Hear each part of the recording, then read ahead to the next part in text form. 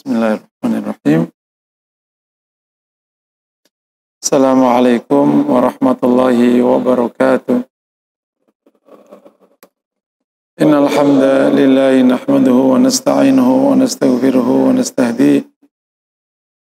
Na'udzu billahi min shururi anfusina wa sayyiati a'malina. Asyhadu an la ilaha illallah wa anna Muhammadan 'abduhu wa rasuluh. Allahumma fashalli wa sallim wa barik ala nabiyyina Muhammad wa ala alihi wa sahbihi ajma'in, amma ba'd. Jamaah yang dirahmati Allah dan intinya, mari selalu kita berikan syukur kepada Allah. Pada pagi hari ini Allah izinkan kita semua untuk bisa bersama di majelis ilmu. Semoga diterima Allah Subhanahu wa taala.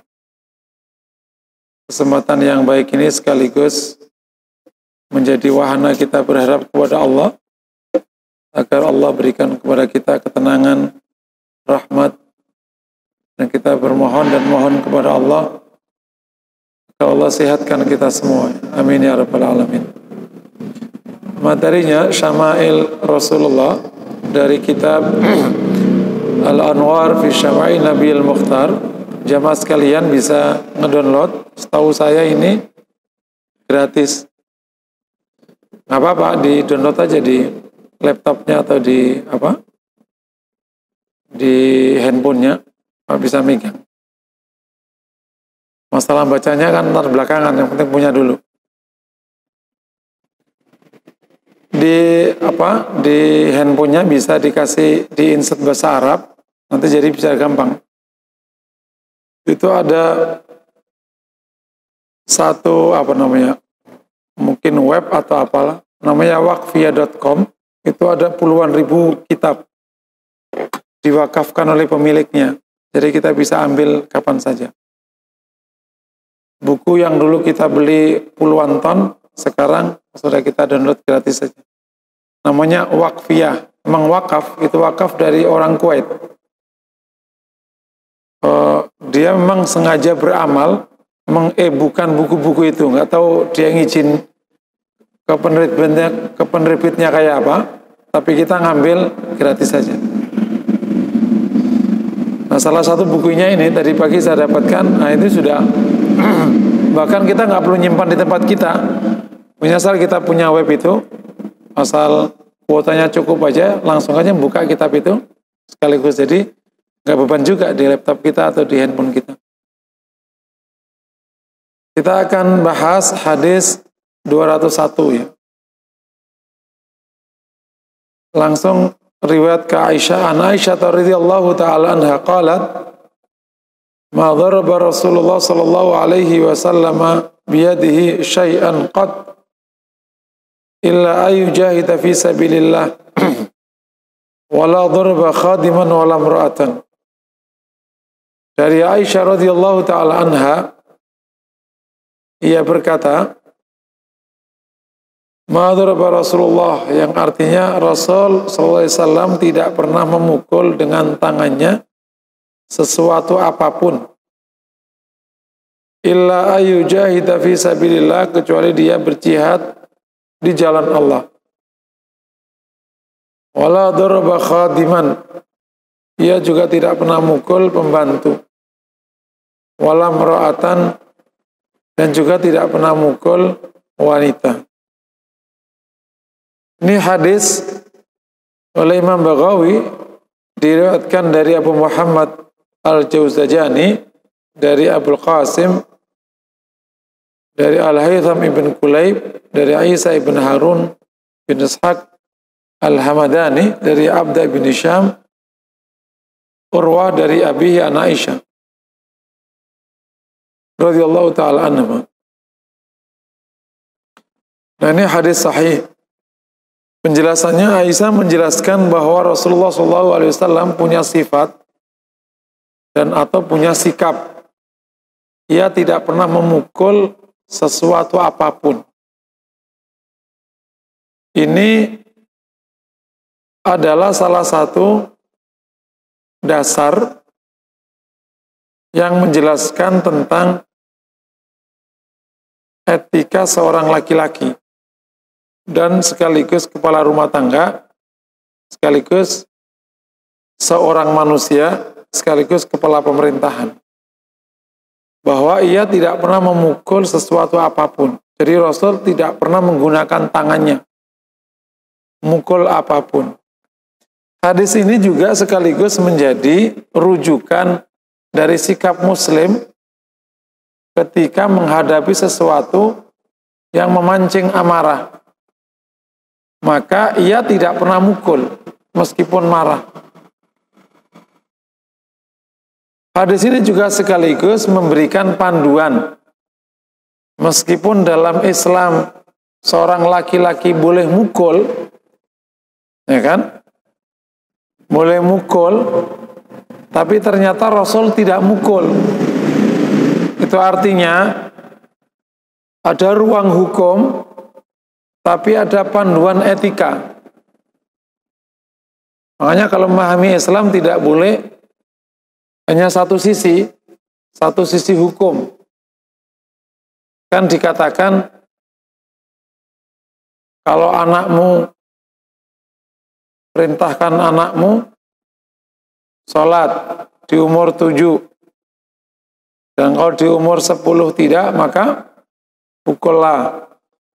Ada mukul di Islam, itu dalilnya. Demikian juga kalau ada wanita tidak taat, nusyuz, orang Jawa bilang namanya pure, ya. Maka nasihati, nggak berubah, pisah kamar, nggak berubah, pukul. No, ada mukul di Islam. Jawabannya itu adalah area hukum. Area hukum itu area yang bicara boleh, tidak boleh. Bukan bicara utama, tidak utama. Nah, kita dalam Islam itu bukan hanya terikat dengan boleh, tidak boleh, tapi terikat dengan utama, tidak utama. Untuk memahami konsekuensi cara berpikir ini, kalau ada laki-laki kita nih sholat ke masjid pakai celana pendek, mulai dari pusar sampai dengkul, lutut, boleh nggak? Boleh nggak? Boleh. Tapi etis nggak? Nggak etis. Gimana kalau ada jamaah kesini pakai celana kolor, terus dibilang, Mas, sopan dikit kenapa? Lah kan boleh. Jawabannya gimana? Songong lo, kalau nggak kira-kira? Artinya dalam hidup ini bukan hanya wilayah hukum. Makanya kalau hukum itu tidak dibungkus sama etika, hukum jadi jalan kejahatan. Tapi kalau etika nggak ada ranah hukum, tidak ada ketepatan sikap. Ruang mana yang boleh? Islam mengajarkan ada iman, belief, ada hukum, ada etika. Makanya tuh yang pengacara-pengacara itu suruh belajar etika. Hakim-hakim juga tuh. Kalau hidup hanya hukum, aku datang kepadamu pakai celana kolor juga nggak apa-apa. Tapi itu tidak etis. Aku pertama ke rumah Pak Hakim pakai celana pendek, kan nggak melanggar hukum Indonesia. Tapi itu tidak etis. Nah, di Islam mengajarkan ini. Betul, ada ranah hukum, pukul anak. Ranah hukum, pukul istri. Tapi Rasul tidak pernah berikan contoh itu. Artinya Rasul mengambil ranah kemuliaan. Wa innaka la'ala khuluqin azim. Oleh karena itu pesannya lewat hadis ini, benar kau boleh mukul anakmu. Benar secara hukum kau boleh mukul istrimu ketika dia nusus. Tapi itu tidak dianjurkan secara etika. Dasarnya hadis Rasulullah Shallallahu Alaihi Wasallam. Dan perlakuan hadis yang hukum sama perlakuan etika sama-sama harus dipegangi. Bukan berarti kalau boleh sama sekali tidak menengok hadis etika, hadis akhlak. Bahkan dalam praktek, orang itu lebih menarik orang etis meskipun melanggar hukum daripada taat hukum tapi nggak etis. Betul nggak kira-kira?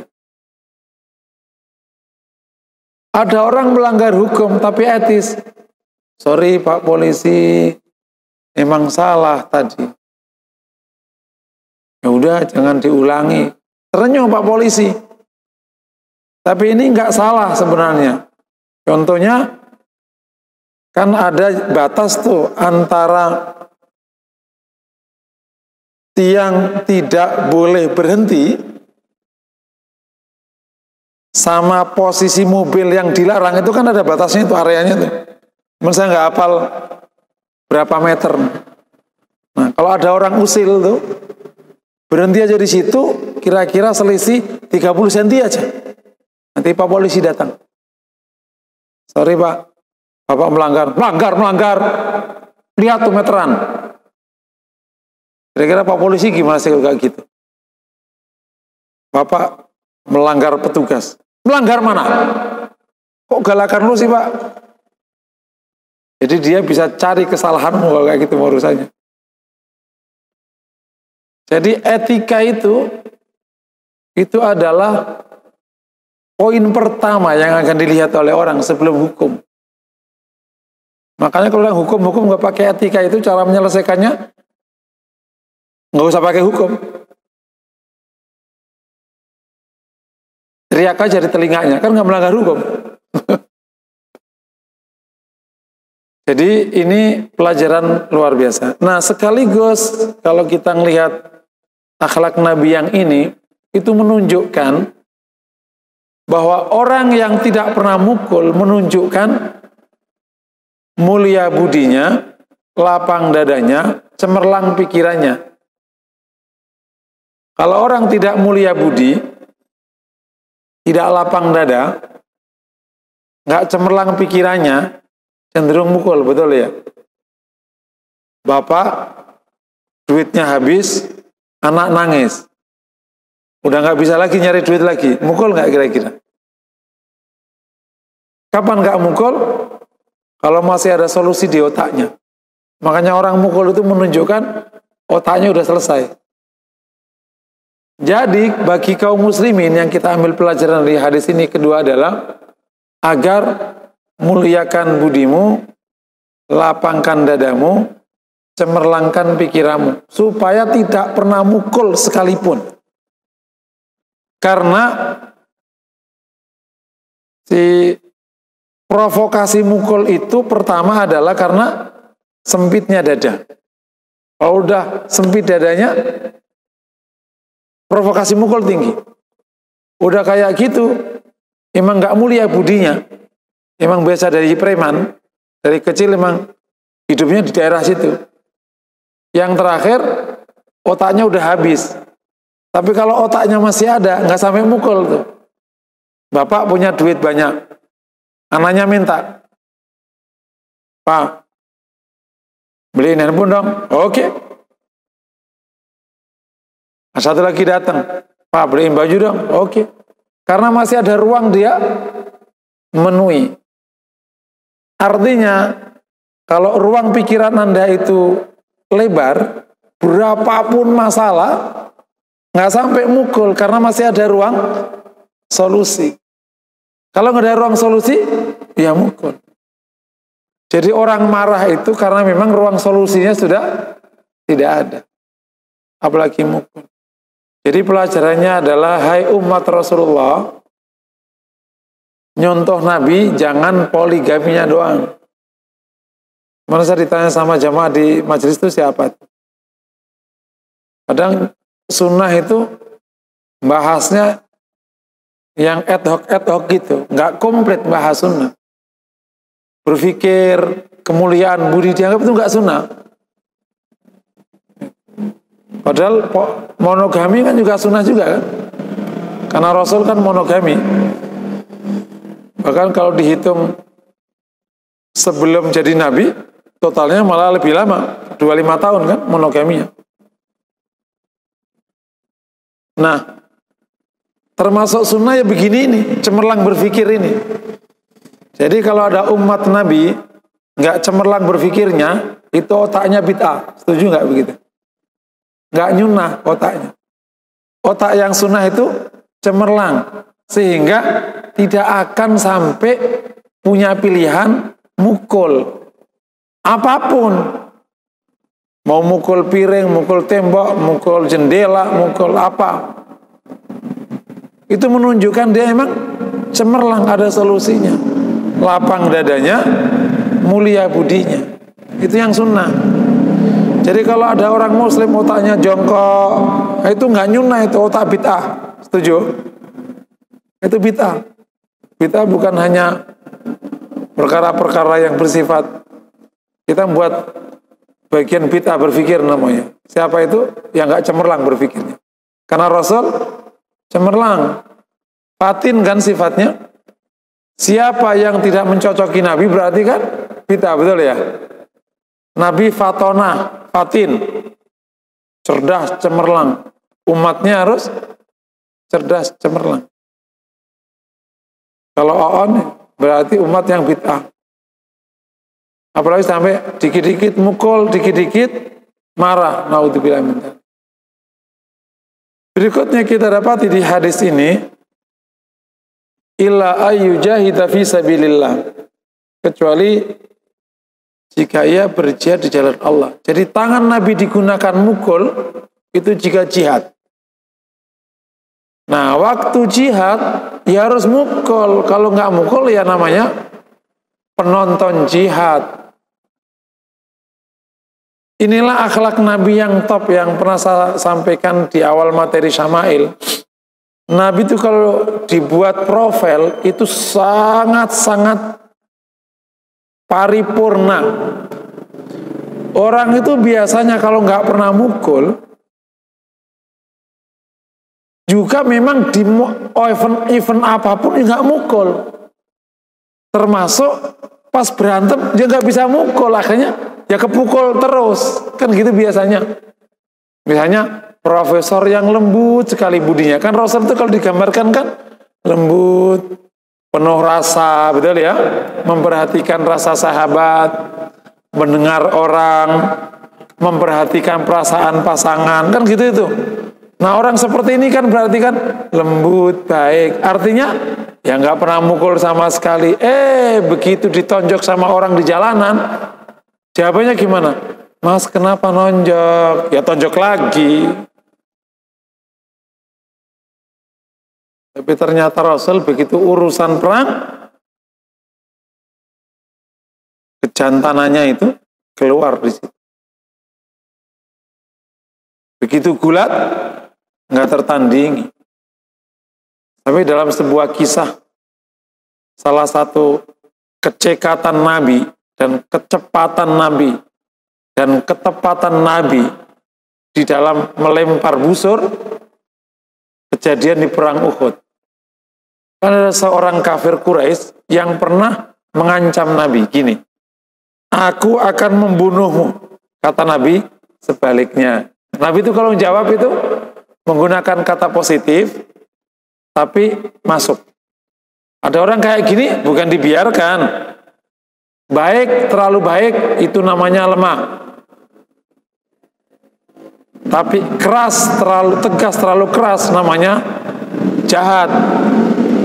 Misalnya, aku akan membunuh. Jangan kali-kali nggak usah kayak gitu, nggak usah.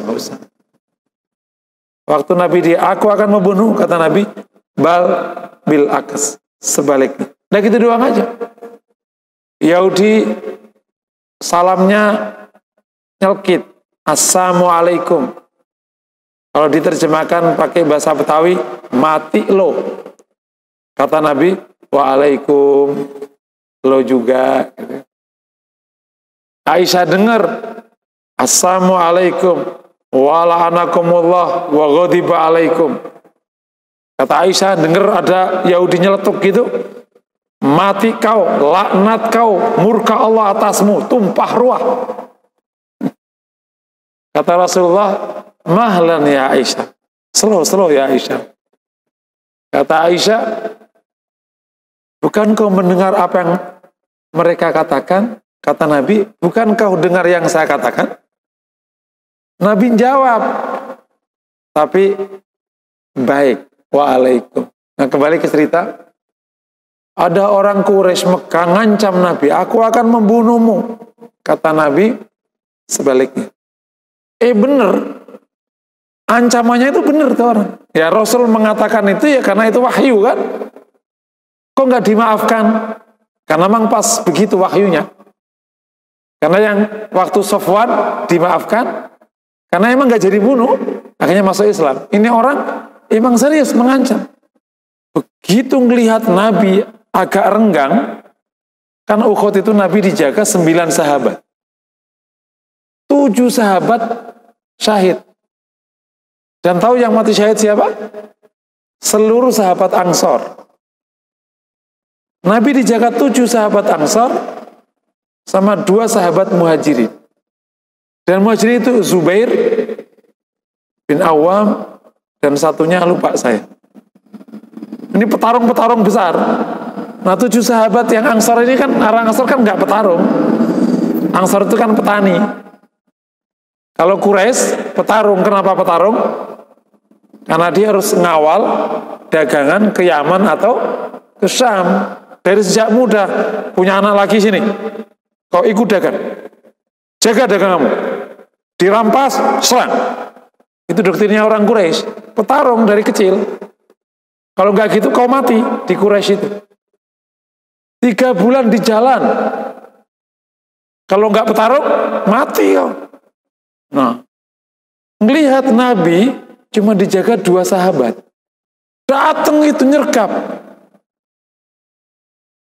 Begitu sudah hampir melemparkan busurnya, Nabi seketika ngambil busurnya Zubair, yang di depannya diambil, dilempar tanpa, anak panah dilempar tanpa busur. Dilempar tangan, seret, mengenai ininya, mati seketika. Jadi, padahal Quraisy ini sudah hampir melempar busurnya. Tapi begitu Nabi melihatnya, seperti kata Nabi. Sebaliknya. Ini omongan seorang Nabi, benar. Dan Nabi melempar, tentu yang melempar pasti Allah Subhanahu wa Ta'ala. Melempar. Langsung mengenai lehernya, mati seketika. Bayangin aja, Nabi itu melempar panah, anak panah tanpa busur. Keren nggak? Nah, kita ini panah aja nggak ngerti, kita panah yang mana kita. Pakai busur aja nggak kena-kena. Emang umatnya ini nggak jelas ya. Rasulullah Masya Allah. Jadi pelajaran ketiga, jika urusan jihad, Nabi mukul. Bahkan Anas bin Malik mengatakan, kalau perang sudah berkecamuk, maka kami semua berlindung di belakang Rasulullah Shallallahu Alaihi Wasallam. Jadi benar-benar Rasul pas susah bisa dijadiin andalan, pas kondisi apapun bisa diandalkan. Makanya ketika sahabat mendengar Rasul wafat, hampir-hampir mereka tidak sanggup mendengarnya. Karena kehilangan seseorang yang selama ini setelah Allah jadi andalannya. Apa saja datang ke Rasulullah. Dan Rasul menerimanya. Sampai suatu ketika ada suara gemuruh yang sangat mengkhawatirkan, Nabi keluar langsung ke arah suara dengan kuda tanpa pelana. Bayangin, ngudain tanpa pelana. Mana caranya? Pakai pelana aja kita nggak bisa. Ini kuda tanpa pelana. Karena harus cekatan. Dan ketika sahabat juga akhirnya mencari suara itu, Nabi udah balik sendirian. Kata Nabi, La tura'u, la tura'u. Jangan takut, jangan takut. Ternyata itu suara ombak besar dari arah Tabuk. Saking gedenya ombak, suaranya sampai ke Madinah. Bayangin aja. Jadi Nabi demikian, kalau sudah urusan butuh kelelakian, Nabi akan menggunakan itu. Ya. Wala daraba khadiman wala mar'atan. Nabi tidak mukul pembantu, tidak mukul perempuan, ya. Tidak mukul sesuatu, nggak mukul piring, nggak mukul pintu, nggak mukul jendela, nggak mukul tembok. Juga tidak mukul pembantu, tidak mukul wanita. Pamali bagi laki, mukul pembantu. Secara umum, pamali bagi muslim mukul pembantu. Karena ia orang yang sangat berjasa terhadap hidup kita. Dan kalau antum masih ingat pelajaran sebelumnya, gimana Anas diperlakukan Rasul, bak majikan. Betul ya? Tidak pernah dikomentari keputusannya, nggak pernah dipersoalkan kerjaannya. Anas mau ngapain? Sok. Dimuliakan oleh Rasulullah. Bahkan sampai Anas mengatakan tidak semua perkara seperti keinginan Rasulullah. Itu pun Rasul tidak pernah ngomentari. Lah ini RT kagak, RW kagak, orang biasa sama pembantunya, Masya Allah. Kurang manis, kurang asin, kurang rapi, kurang bersih, cerewet amat nih mak-mak.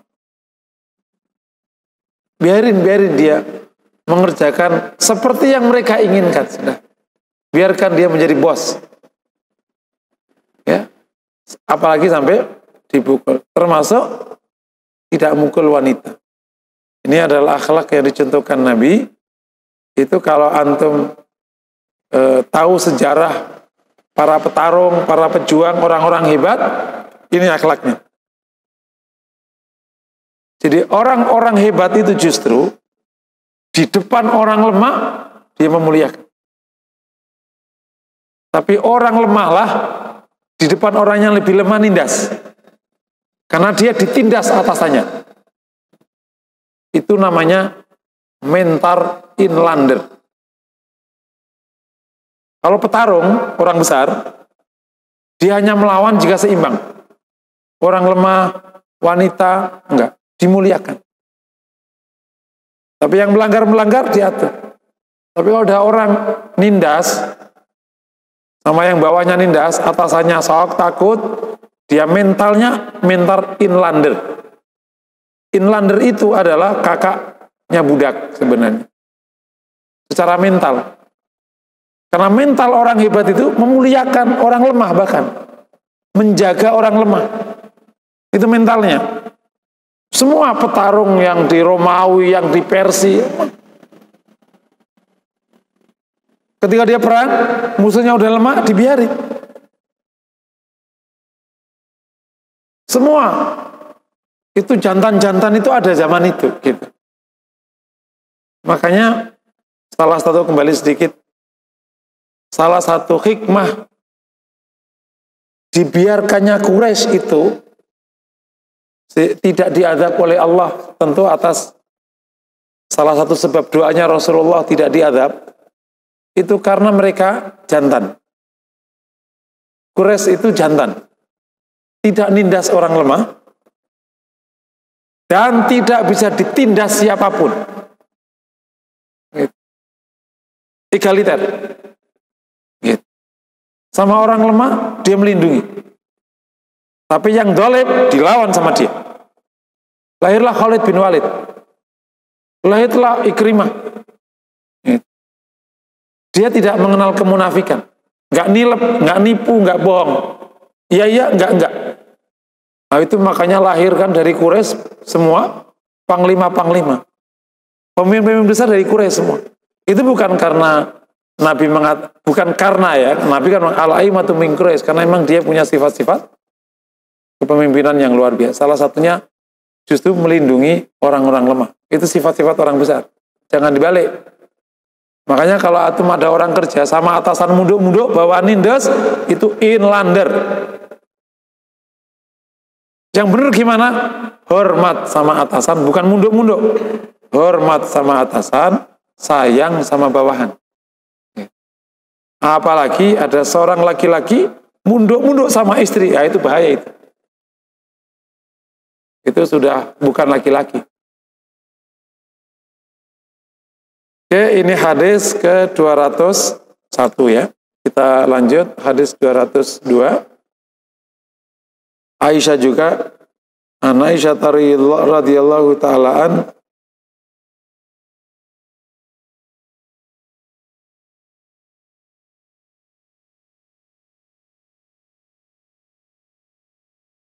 Aisyah radhiyallahu ta'ala anha qalat kuntu al'abu bil lu'abi fayatiyanna sawahibi. Kata Aisyah radhiyallahu ta'ala anha, saya main dengan mainan-mainan fayatiyanna sawahibi. Maka sahabat-sahabatku datang. Faidan dakhala Rasulullah sallallahu alaihi wasallam. Tiba-tiba masuklah Rasulullah sallallahu alaihi wasallam. Fararna minhu fayakhudahun. Maka mereka lari dan Nabi memungutinya, mengambil mainan-mainan itu. Fayakhudahunna Rasulullah sallallahu alaihi wasallam fayartahunna alaihi. Dan Nabi mengembalikannya kepadaku. Hadis sahih. Ini salah satu angle indah antara suami dan istri ya. Aisyah ini kan masuk ke rumah Rasulullah umurnya kan 9. Satu sisi dia udah balik. Tapi satu sisi kan memang masih 9. Artinya masih ada ruang main. Tapi bukan bocah. Ya mainnya orang umur 9. Nggak usah jauh-jauh ya. Anak SMA kan kadang masih main kan. Anak umur 16, SMA kelas 2, 3, kumpul teman-temannya main. Ya mainnya terserah. Ya kalau sekarang main ludo dan lain sebagainya. Mainlah sama teman-temannya dengan mainan-mainan yang ada gitu. Rasul masuk. Begitu masuk, lari. Nah artinya ini berarti kan di rumah Aisyah. Dan rumah Rasul itu kan memang ruang depan sama ruang tengah. Ya bisa jadi ini pergi dari rumah. Padahal masih berantakan. Di sini Nabi tidak marah, nggak nyuruh-nyuruh, tapi Nabi justru merapikan. Indah nggak kira? Kalau saya bayangkan kita datang, istrinya masih bocah. Bukan bocah ya. Masih mau main sama temennya. Berantakan tuh. Terus pergi, sini. Enak aja loh. Balik. Siapa teh? Enggak. Nabi mengutun. Ini yang disebut dengan tidak merasa berat dengan pekerjaan rumah. Gitu. Dan ini bagi seorang laki-laki itu keren. Ini namanya kalau di dalam teori komunikasi itu adalah kerjaan renyah. Kalau Anda masuk ke area kantor, ini yang membuat orang terpikat. Ada, meskipun tidak persis ya teori ini, tapi ini kan lebih karena perilaku rumah tangga. Tapi kalau kita tarik, namanya small attention. Small attention dengan big attention itu lebih masukkan small attention. Kalau kau punya tamu, terus kamu siapkan makanan besar, terus dijaga sama pelayan banyak, itu terkesannya tidak selalu lebih baik daripada ketika kau ketamuan, makanannya biasa, cuman kau perlakukan dengan sangat indah. Contohnya, kau sendiri yang tuangkan tehnya untuk dia. Jarang kan ada orang nuangkan di kantor. Mbak, nanti taruh aja cingkirnya. Dituangkan. Diberikan. Ini beda rasanya daripada kau kasih makanan besar dituangkan oleh para pembantu. Setelah kau tuangkan, kau ambilkan makanan yang kau tahu dia suka banget makanan itu. Kau sodorkan dia. Dan harganya 20.000. Karena kau tahu dia suka makanan itu dari kecil. Kau sengaja cari. Begitu pulang, kau antar dia sampai depan pintunya. Depan pintu mobilnya. Enggak modal. Enggak besar. Tapi perhatianmu itu unik sekali. Ini jauh lebih terkesan daripada kau sambut dia dengan makanan besar yang layani anak bantumu dan begitu selesai, makasih ya, udah. Ketika seorang laki-laki begini tindakannya, berantakan rumah dia sapuin, itulah tindakan yang disebut dengan ma'ruf, memercikkan cinta dan kasih sayang. Dan itu perlu sebaliknya. Ini bukan hanya, awas ya bagi wanita yang dengar pengajian ini, jangan sampai nanti akhirnya jadi nuntut, mas itu kayak Rasul. Enggak gitu. Jadi masing-masing ngikuti Rasul. Yakni ke suaminya juga cari kayak gitu. Suaminya datang, sini mas aku bawain. Atau lagi berangkat, dibenerin kerannya, lagi berangkat, mas ini bentar dulu, aku ada minuman enak nih. Itu memberikan sentuhan-sentuhan kecil yang memukau. Nah, Nabi SAW dalam bab ini memberikan contoh bahwa Nabi tidak marahan. Ya, kalau bahasa karakternya, tidak marah. Nabi terima situasi rumah yang berantakan, sabar. Tapi lebih daripada itu, Nabi mengambil peran menyelesaikan masalah. Itu poin pertamanya. Ngambil peran menyelesaikan masalah. Di kasus ini, rumah berantakan, banyak mainan, orang pada pergi, karena takut sama Rasul tadi, atau nggak enak sama Rasul, Nabi ngambil solusi. Ini yang sering saya sampaikan kalau di pengajian, rumah tangga, selalu carilah solusi. Karena kalau kau cari masalah, di rumah tangga ketemunya masalah.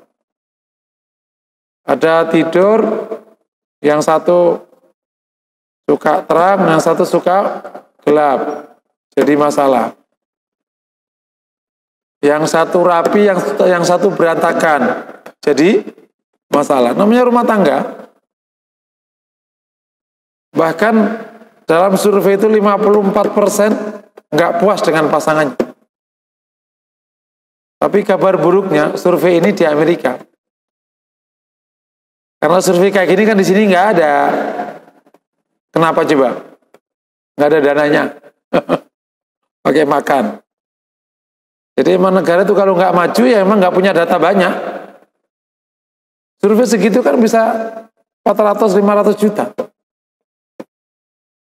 Kalau nasional 1.200 responden, itu kalau konsultan politik mintanya 1 miliar, 700 juta.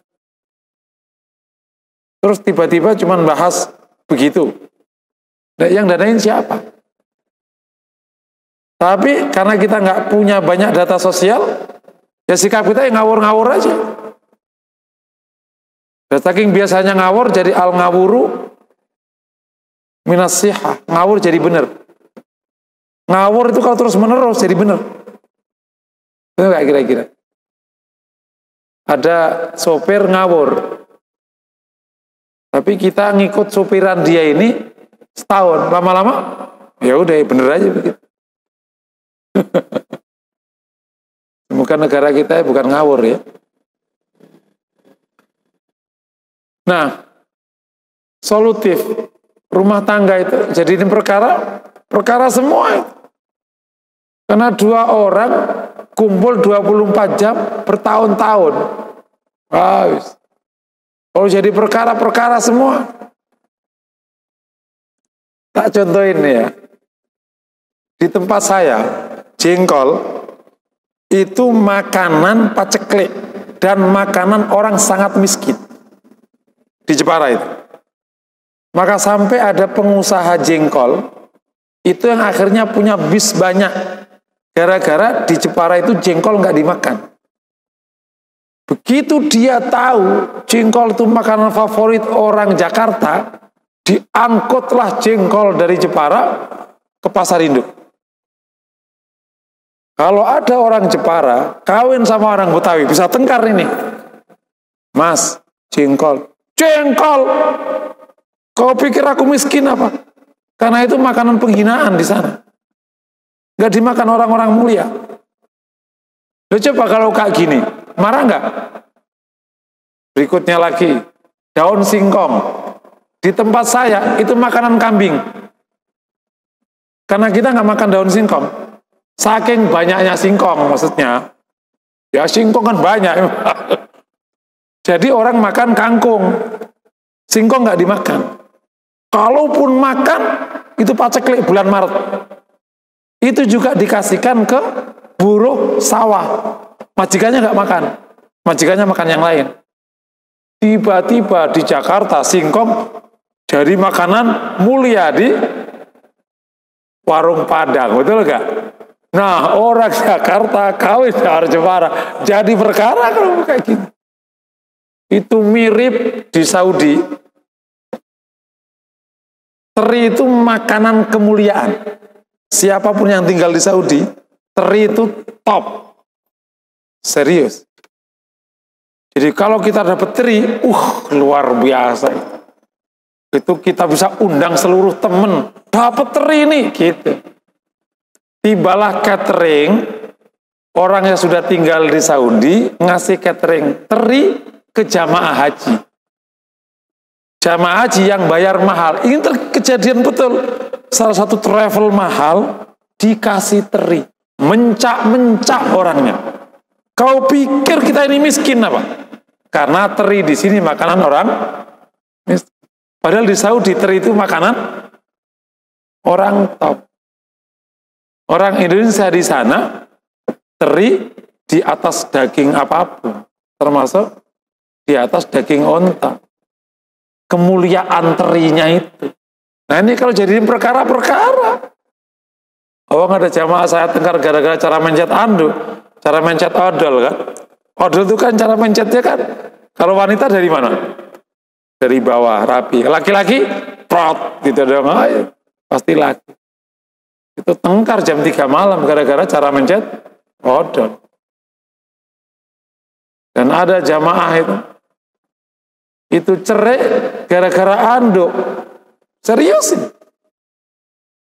Suaminya itu mungkin selebar binjorok kali ya. Semoga tidak ya. Setiap dari kamar mandi, anduk itu dilempar ke ke kasur. Jadi istrinya itu sabar mindahin. Ternyata mentoknya di tahun ke-8. Udah nggak kuat dia.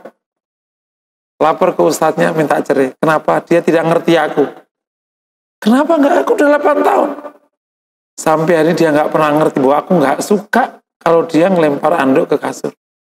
Cerai aja. Gara-gara anduk. Jadi rumah tangga jadi perkara.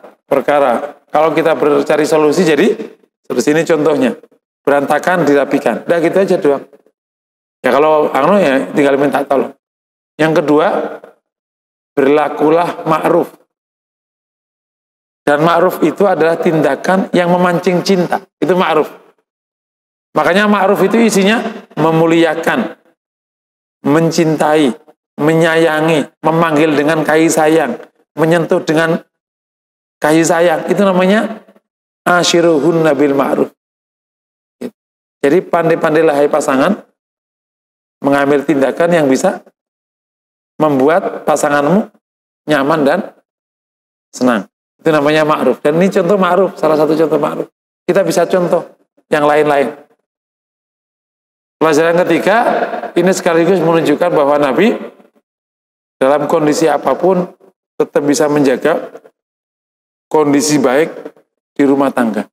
Ini yang terkadang kita semua kalau udah sibuk di luar, padat, rumah itu tinggal penatnya, betul ya? Mukanya udah kayak setan kalau masuk rumah. Kenapa be? Nyapa lagi gitu. Ya ditanya, mau saya nanya, masuk kamar. Mandi mas? Usah. Loh, masalahnya di luar kok aku dimarahin? Dia nggak gitu. Jadi memang ini kita semua laki-laki ya, memang harus bisa menjaga.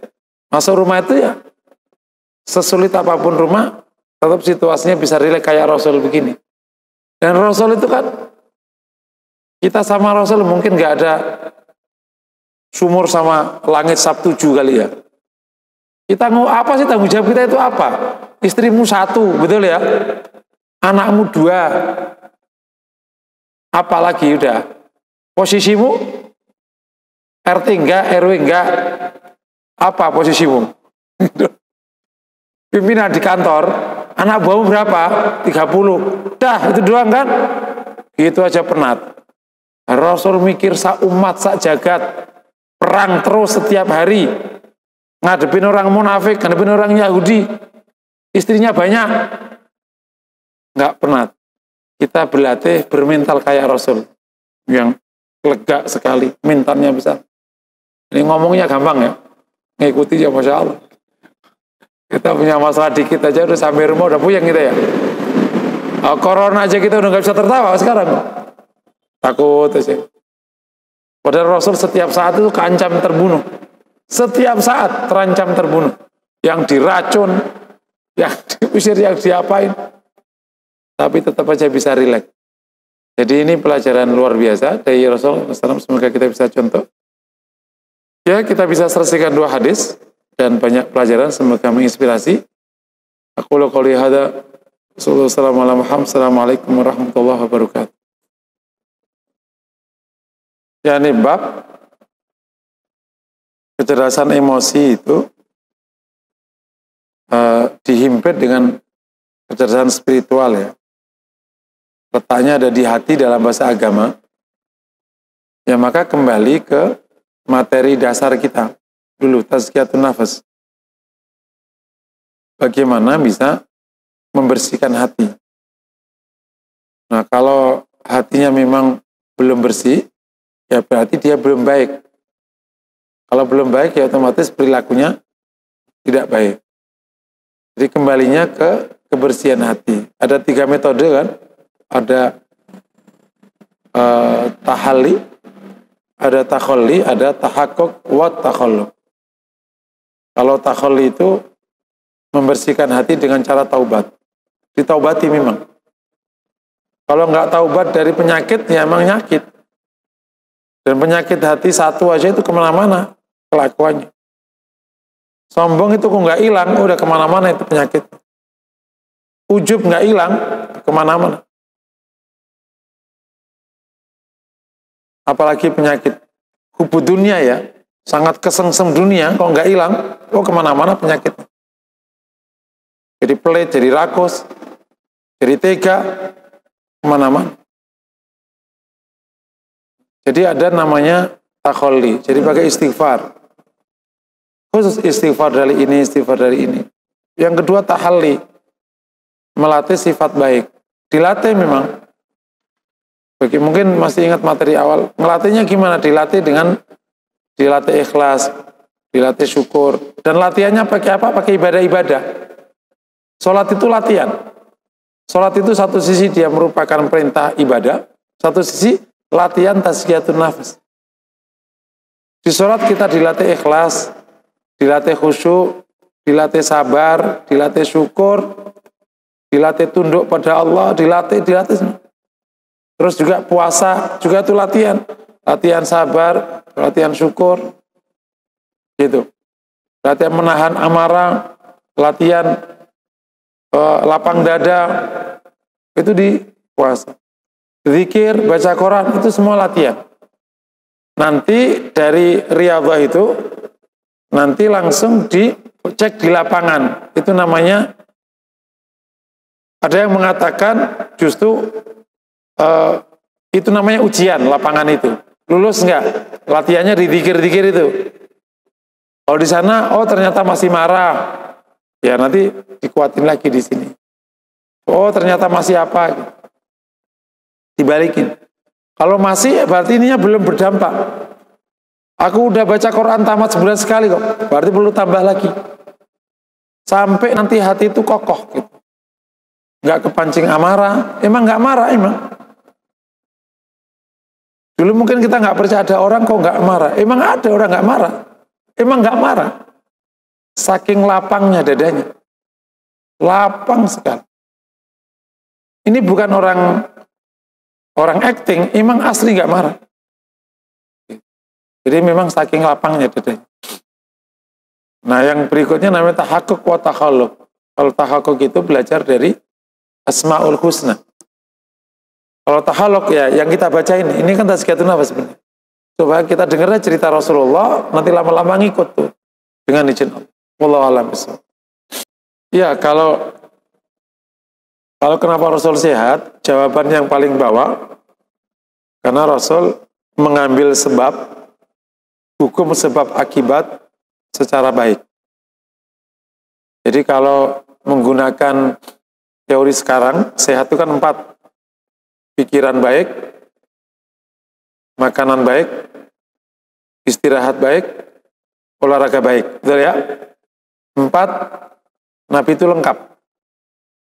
Pikirannya Masya Allah, top, rileks, positif, dan selalu mendapatkan puncak-puncak kebahagiaan di khusyuk. Itu hormon endorfin gak sedikit keluarnya. Kedua, makanan baik. Lah iyalah. Yang dimakan Nabi tidak ada sampahnya sama sekali. Yang kita makan sampah semua, betul ya? Pokoknya di bab ini perlu memang sering ngaji sama Ustadz Zaidul Akbar. Pokoknya kalau ngaji sama dia, wah pokoknya kita terkekek-kekek. Emang bener kok. Emang Masya Allah. Dia dokter dan dia orang yang sangat mengikuti sunnah. Top pokoknya. Ya kita terkekek salah semua nih kita. Ya kita perbaikilah. Perbaiki seminggu, salah lagi 2 minggu. Yang ketiga, Nabi istirahatnya cukup. Waktunya pas. Kita ini tidurnya lama, waktunya keliru. Jadi dua-duanya keliru. Tidurnya banyak tapi keliru. Ya keliru. Kayak orang jawab soal banyak tapi soalnya nomor yang lain. Keliru nggak kira-kira? Gitu kita. Tidurnya larut malam, bangunnya larut siang. Kan keliru dua-duanya. Yang benar, tidur awal, bangun awal. Top. Kita akhirnya jadi imunitas tubuh kita jadi rendah. Karena pergantian sel darah putihnya nggak sempurna. Antum ingat ya, kenapa capek-capek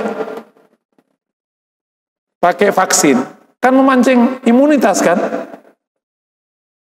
Dan vaksin itu kerjanya supaya jadi imunitas, ditopang sama sel darah putih. Kalau sel darah putih nggak bagus, nggak jadi imunitas. Ini menjelaskan kenapa vaksin masih positif. Di samping kualitas vaksinnya ya, yang hanya 65% atau 70%. Nah, kalau muslimnya itu bagus istirahatnya, imunitasnya naik. Gitu. Yang terakhir Nabi, olahraganya cukup. Olahraga yang baik itu, jadi seandainya ya, kita itu nggak lari, nggak yang orang sekarang nyepeda, tapi nih kita jalan, kita sholatnya benar, itu secara penelitian udah jauh lebih cukup daripada sepeda ngos-ngosan seminggu sekali, habis itu makan lontong. Ya sepedanya sejam, makan lontongnya 2 jam, ngopinya 1 jam. Nggak jelas kita ini. Sepeda kayak orang bener, nyepeda. Habis itu makan lontong Padang. Pengen coba bayangin aja. Yang kebuang berapa, kalau yang masuk berapa? Nggak jelas. Ibu-ibu jalan pagi jam 6 kayak orang bener. Pulangnya nanteng gorengan ya. Yang keluar berapa, yang masuk berapa, nggak jelas gitu. Jadi ada penelitian tentang itu, hal-hal kecil yang kita kerjakan muslim itu udah cukup. Kita butuh jalan berapa kilo. Nah kalau kita itu kemana-mana jalan, terus apa tadi? Itu pertama. Yang kedua, nah kalau dihubungkan dengan hukum syariah, ya kan memang ada perbuatan dosa itu bisa jadi mengundang ujian. Salah satu bentuk ujian namanya sakit. Tapi hubungan ini tidak hubungan matematis, bukan yang nyakiti orang tua bakal sakit liver, nggak gitu, nggak ada dalilnya kalau itu. Yang nyakitin suami bakal habis duitnya, nggak gitu. Tapi setiap perbuatan dosa akan mengundang ujian. Nanti terserah Allah ujiannya kayak apa, termasuk sakit. Nah, Rasul orangnya full kebaikan, nggak ada dosanya. Nah, tapi kan Nabi diuji yang lain. Nah, makanya ujian untuk Rasul bukan menghapus dosa, tapi memuliakan Rasul Shallallahu Alaihi Wasallam dan untuk contoh untuk umatnya. Itu teori kedua. Teori ketiga sebenarnya yang lebih penting adalah sehatnya Nabi itu adalah bahwa Nabi Shallallahu Alaihi Wasallam telah menjaga dirinya, mengorbankan dirinya untuk Allah, maka Allah jaga dirinya. Ini seperti yang dinyatakan oleh Syekh Utsaimin. Aku jaga diriku dari maksiat kepada Allah, dan kalau diteruskan omongannya, aku gunakan diriku untuk mengagungkan Allah, maka Allah jaga diriku dari penyakit. Tapi kalau dirimu kau pakai menentang Allah, ya dibiarkan sakit itu masuk. Lah badan pakai maksiat aja biarin sakit. Kayak kira-kira. Kalau kita gunakan badan kita untuk taat pada Allah, ya Allah akan jaga badan kita. Dari mana? Ikhfadillaha yaghfad. Jagalah Allah, Allah akan menjaga. Maka wakafkan diri kita semua untuk Allah. Nanti Allah akan jaga. Insya Allah. Jangan wakafkan dirimu untuk istrimu. Wah, itu malah baik. Sayang, hidupku hanya untukmu, pret. Nggak usah. Hidup kita semua untuk Allah. Insya Allah akan jaga. Allah alam bisa. Iya, kalau untuk media sosial sudah ada panduan etikanya ya. Ya, gunakan yang baik, positif. Kalau berdialog yang baik. Kalau kau dijelek-jelekin, ya bisa jawab dengan baik. Boleh nggak balas? Boleh, tapi asal sama. Cuman kan nyari samanya susah. Gitu.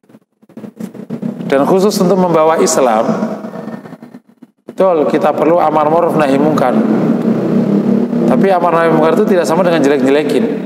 Nggak sama. Karena di dalam dakwah itu yang penting meraih hati. Bukan yang penting menang omongan. Enak mana menang omongan orang benci. Atau kita nggak debat tapi orang simpati. Enak mana? Gitu. Yang penting meraih hati. Jangan sampai orang malah nggak mau belajar Islam gara-gara kita omongin agak nggak nyaman. Dan khusus orang Indonesia sebenarnya Orang yang punya budaya ke Pangku, di Pangku. Ini bukan hanya orang Jawa, orang Sumatera di Pangku juga mati. Kita muliakan, kita hormati, mati. Serius. Orang Kalimantan kita Pangku, mati. Orang Sulawesi kita Pangku, mati. Orang Arab aja kita Pangku, mati. Dihormati, diapain. Jadi yang naudzubillah itu di Pangku aja, itu saran saya. Temu itu yang aneh-aneh itu, terus dipuji, ditraktir, diapain, berubah insya Allah. Mas jangan gitu dong mas, nggak enak lah. Cari ini istri, serius. Ada beberapa orang yang aneh-aneh itu sebenarnya karena istrinya nyerahin dia aja, akhirnya sakit hati kemana-mana. Serius. Ada dulu orang baik, gara-gara istrinya cerai, minta cerai, kemana-mana akhirnya. Cariin istri aja. Baik. Nanti baik dengan istrinya. Allah alam bisa. Cukup ya? Mari kita akhiri. Subhanallah wa hamdika asyhadu an la ilaha illa anta astaghfiruka wa atubu ilaik. Assalamualaikum warahmatullahi wabarakatuh.